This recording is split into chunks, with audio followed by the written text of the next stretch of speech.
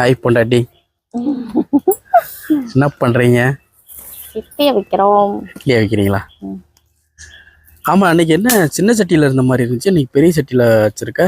ரெண்டாவது பக்கெட்டை பார்த்தாலும் பெரிய பக்கெட்டா இருக்கு, மாவு பக்கெட்டு. மாவு இன்னைக்கு கொஞ்சம் அதிகம்.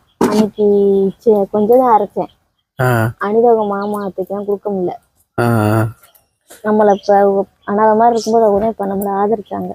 சரி சரி. அவங்களுக்கு கொடுக்காம இருந்தது எனக்கு சங்கடமா இருந்துச்சு ஒரு மாதிரி. அதை நேற்று கொஞ்சம் நிறைய அடைச்சிட்டு ஆல்ரெடி ஒரு இது முடிஞ்சிச்சு. பரவாயில்லையே, இட்லி எப்படி வந்திருக்கு? செம்மையா இருக்கு. செம்மையா இருக்கா? வா சூப்பர். சாப்பிட்டு சொல்லு. இந்த உடனே பல்லு வளர்க்குறேன். இந்த மீன்